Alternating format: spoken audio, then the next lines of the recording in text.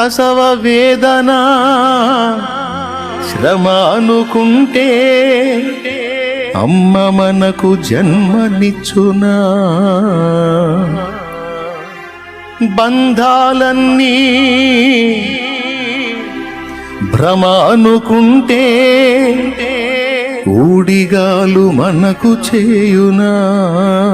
బాధలు ఎన్నైనా బ్రతుకు ఇవ్వాలని కోరి కోరి శ్రమ పొందిన అమ్మను చూడు, ఆమె తెగువను చూడు.